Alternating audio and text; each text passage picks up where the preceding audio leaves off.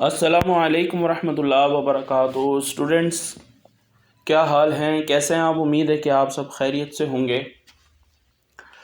Students, आज हम नया टॉपिक पढ़ेंगे, solve quadratic equation by factorisation method. Factorisation को उर्दू में कहते हैं तज्ज़ी करना। अब यहाँ पर हमारे पास इससे पहले हमने इक्वेशंस को स्टैंडर्ड इक्वेशंस क्वाड्रेटिक इक्वेशंस में कन्वर्ट किया था। अब हम करने जा रहे हैं इन्हीं इक्वेशंस को आगे सॉल्व करने के दो तीन मेथड होते हैं, जिसमें से एक ये मेथड है फैक्टराइजेशन मेथड। अब फैक्टराइजेशन मेथड के अंदर आपको एक चीज़ जहन में रखनी है कि इस क्वाड्रेटिक इक्वेशन के अंदर सबसे जो पहले वाली वैल्यू है वो है एक्स स्क्वायर, फिर आता है एक्स और फिर आता है एक कांस्टेंट जिसको हम कहते हैं 20, जिसके साथ कोई वेरिएबल नहीं होता। वेरिएबल हम उसे कहते हैं जो कि ये अल्फ़ाबेटिकल जो यूज़ होते हैं हमारे मैथमेटिक्स के अंदर, इनको हम वेरिएबल्स कहते हैं। जैसा कि एक्स है, एक्स स्क्वायर, वाई, जेड और जो भी एस, ए, बी, सी जितने भी यूज़ होते हैं।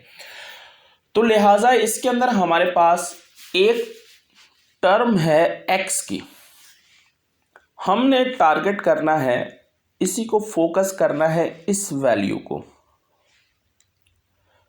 सॉल्व। सिर्फ ये सेंटर वाली वैल्यू होगी। अब इसको हमने ब्रेक करना है, दो हिस्सों में इसको हमने ब्रेक करना है। अब ये दो हिस्सों में हम अपनी मर्जी से नहीं कर सकते, इसका एक तरीक़ेकार है। और वो तरीका क्या है? जैसा कि हमारे पास यहाँ पर कांस्टेंट है 20 को हम यहाँ पर रफ वर्क पे लिख लेते हैं 20 मल्टीप्लाई बाय। अब हमारे पास जो एक्स स्क्वायर है, एक्स स्क्वायर की जो हमारे पास वैल्यू है, इसके साथ फिलहाल अभी तक कोई भी कोफिशिएंट नहीं है। यहाँ 1 भी हो सकता था, यहाँ 4 भी हो सकता था, यहाँ पर 5 भी हो सकता था। सो फिलहाल अभी यहाँ पर कोई भी नहीं है, तो हम उसको 1 कंसीडर करते हैं। तो हमने क्या करना है, ये जो कांस्टेंट वैल्यू है, इस कांस्टेंट वैल्यू को हमने मल्टीप्लाई कर देना है इसके कोफिशिएंट से। कोफिशिएंट से मुराद जो भी वेरिएबल के साथ नंबर होता है। अब चूंकि यहाँ पर नहीं है तो क्या है, नहीं है तो क्या है, वो है 1। ओके, ये सब काम हम रफ वर्क पे करेंगे। तो क्या हो गया हमारे पास, 20 मल्टीप्लाई बाय 1 कितना हो गया, 20। अब हमने जो है वो बच्चे आ जाए जो टेबल बहुत अच्छी तरह से याद करते हैं, उनके लिए कोई दिक्कत नहीं है, कोई मुश्किल नहीं है। जिनको टेबल्स याद नहीं है उनके लिए प्रॉब्लम क्रिएट करेगा, लिहाजा टेबल्स को याद करें। अब हमने ये देखना कि जो 20 हमारा हासिल आया है, इस 20 ये कौन कौन से टेबल्स में आता है। सबसे पहले हम सबसे छोटा टेबल ले लेंगे, वो है 2 multiply by 10 is equal to 20। और 20 सोचिए किस में आता है, 3 के टेबल में नहीं आता, अलबत्ता 4 के टेबल में आता है। 4 multiply by 5 is equal to 20। तो 5 के टेबल में भी आता है, और 5 4 जा 4 5 जा एक ही बात है, और एक ये अपने खुद के टेबल में आता है।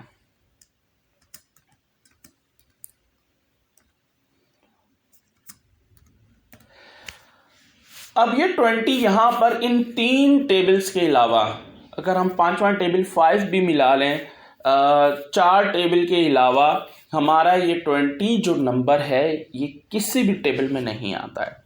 अब हमने ये देखना है कि हम यहाँ पर 2 और 10, 2 10 20, अगर हम इस वैल्यू को प्लस करके देखें, 2 + 10 क्या बनेगा, 12 बनेगा। अगर हम इसको माइनस करके देखें तो ये क्या बनेगा, यकीनन -8 बन जाएगा। तो हमें यहाँ पर क्या चाहिए, हमें कोई ऐसा नंबर चाहिए कि जहाँ पर 1 आए, क्योंकि इस x के पास भी कुछ नहीं तो क्या है, 1 है, तो हमारे पास 1 आना चाहिए। तो ये तो हमारे पास हमने 2 10 जा 20, 2 में 10 को प्लस किया तो 12 हुआ, और 2 में 10 को माइनस किया तो 8 हुआ। तो यहाँ पर 1 तो आ ही नहीं रहा है। तो अभी हम ये 20 को करके देखते हैं। 21 जा 20, और 20 में 1 प्लस करेंगे तो 21, और माइनस करेंगे तो 19। तो हमारे पास एक नंबर बचा है 4 5 जा 20। अगर हम इसको प्लस करते हैं, 4 + 5 = 9, और अगर हम इसको माइनस करें, 4 - 5 = -1 क्यों आया, क्योंकि 5 में से 4 गए 1, और साइन लगेगा बड़े नंबर का। तो यहां पर हमारे पास -1 आया, और हमें भी यहां पर क्या चाहिए था, माइनस है वैल्यू, तो हमें -1 ही चाहिए था। तो मतलब हमें ये पता चला कि हमारे पास इस x को ब्रेक करने के लिए या 2 हिस्सों में लिखने के लिए हमारे पास ये वैल्यू सूटेबल है, यही वैल्यू लगेगी। अब हम इसको किस तरह से करते हैं, आइए हम इसको लिखते हैं।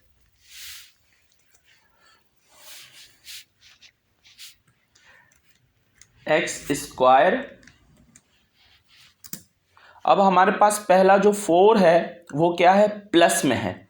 ओके, हमने क्या किया, +4x। ओके, फिर हमारे पास क्या है, -5x, और आगे हमने एज इट इज ऐसे ही लिख देना है, 20 = 0 सॉरी।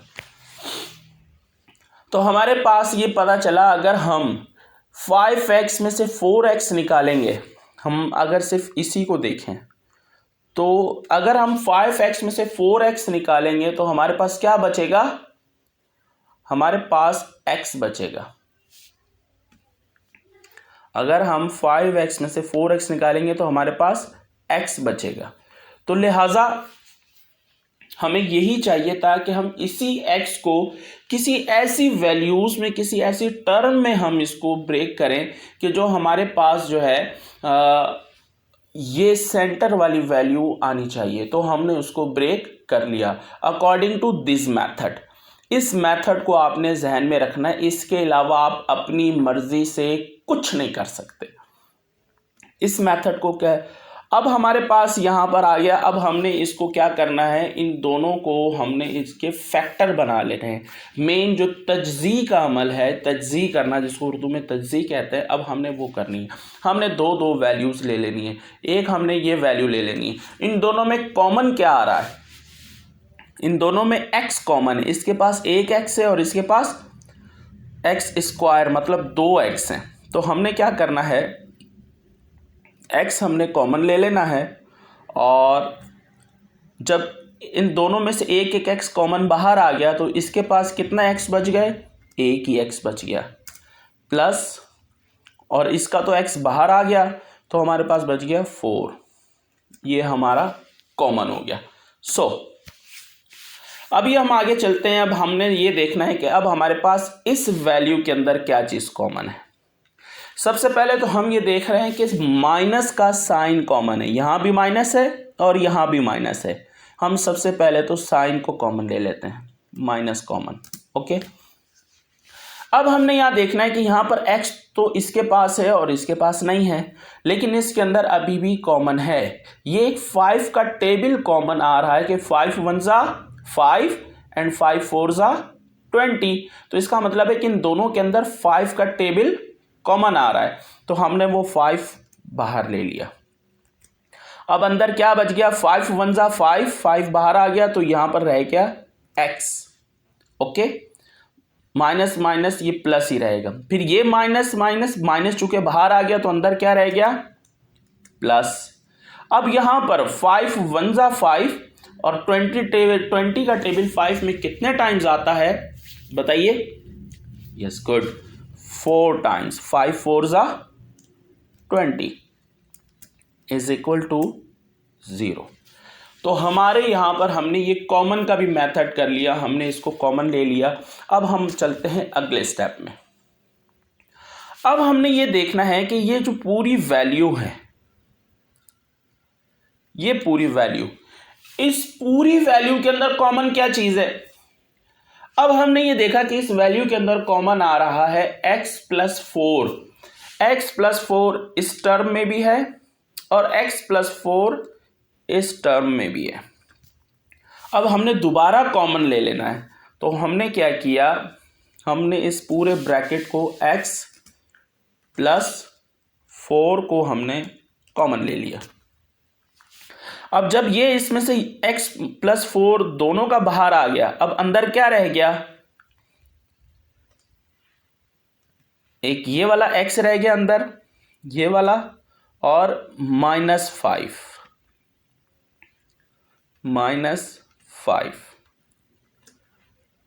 Is equal to 0। तो मतलब यहां पर 2 स्टेप के अंदर हमने कॉमन लेना है। इस क्वेश्चन में आपको एक चीज बताता चलूं कि जब आप इस स्टेज पर मेथड पे पहुंचेंगे, इस लेवल पर पहुंचेंगे क्वेश्चन के, तो आपके पास लाजिम ब्रैकेट कॉमन आना चाहिए। अगर इन केस आपके पास कॉमन नहीं आ रहा तो आप समझें कि आपने पीछे मिस्टेक की है। ओके, आपका ये ब्रैकेट कॉमन आना चाहिए, x plus 4 and x plus 4। ये कॉमन आएगा तो हम आगे उसको कॉमन लेंगे, अदरवाइज अगर नहीं आ रहा तो आप ये समझिए कि आपका क्वेश्चन गलत हो रहा है। आपने इसको जो नंबर्स को जो ब्रेक किया है वो मुमकिन है कि कोई गलत तरीका है या किसी गलत अंदाज में ब्रेक किया है। चलें जी, अब हम आगे चलते हैं। अब हमारे पास यहाँ पर 2 वैल्यूज आ गई, हमने इन दोनों को इक्वेशंस बना लेना है। दोनों को इक्वेशन हम बना लेंगे क्योंकि ये 0 इज इक्वल टू 0 दोनों के साथ हमने इसको ब्रेक कर लेना है। x plus 4 is equal to 0। Okay, और दूसरी बन गई x minus 5 is equal to 0। ये मेथड जब यहाँ पर कॉमन हम ले लेंगे, 2 ब्रैकेट्स हमारे पास 2 फैक्टर आ जाएंगे तज़ीह की सूरत में, फिर हमने इन दोनों को इक्वल टू 0 ले लेना है, दोनों को अलग अलग इक्वेशन बना लेना है। अब यहाँ पर हमारा सवाल 2 हिस्सों में डिवाइड हो गया। अब हमने क्या करना है, क्योंकि यहाँ पर हमें x की वैल्यू को फाइंड करना है, तो मैथ्स के अंदर होता है कि कोई भी वैल्यू, जब हमने कोई फाइंड वैल्यू होती है जो भी करनी होती है, उसको हम वहीं रहने देते हैं और बाकी जितनी भी वैल्यूज़ हैं उनको हम दूसरी साइड पर मूव कर देते हैं। और मूव कोई भी वैल्यू मूव होती है इज इक्वल टू के दूसरी तरफ, तो मैंने क्या कहा था, हम अपनी मर्जी नहीं लगा सकते, हम अपनी मर्जी नहीं कर सकते, हमें लाज़िम मैथ्स के रूल के मुताबिक चलना है। तो हम क्या करेंगे कि यहां पर हमने कर दिया x। अब ये जो +4 है हमने इसको मूव करना है इधर, तो जब ये +4 इधर आएगा तो इधर आके क्या हो जाएगा, क्या चेंज आएगा?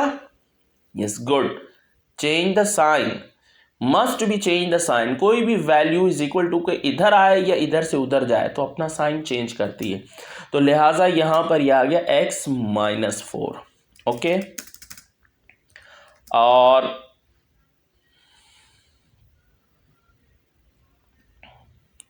इस तरह से same like this x is equal to 0 is equal to -5, उधर जाके क्या हो जाएगा, +5। तो हमारे पास x की वैल्यू निकल आई, एक x की वैल्यू निकल आई x माइनस 4 और दूसरे x की वैल्यू निकल आई x प्लस 5। तो हम इस आंसर को हम करली ब्रैकेट में लिखते हैं -4 एंड प्लस का 5। तो इट्स आवर आंसर। इस पूरे क्वेश्चन के अंदर स्टूडेंट्स आपको इस मेथड की जो हमने रफ वर्क पे किया है, ये मेथड हमारा क्लियर होगा तो हमारा क्वेश्चन सही आएगा, क्योंकि हमने इस सेंटर वैल्यू को ब्रेक करना होता है और ब्रेक जो करना है वो इस मेथड के ज़रिए करना है। अदरवाइज़ ये मेथड आपका सही नहीं हुआ तो आपका क्वेश्चन सही नहीं हो सकता। लिहाजा इस वीडियो को लाइक कर दीजिए, सब्सक्राइब कर दीजिए और शेयर कर दीजिए, ताकि ज़्यादा से ज़्यादा बच्चे इससे फैसिलिटेट और नॉलेज गेट कर सकें।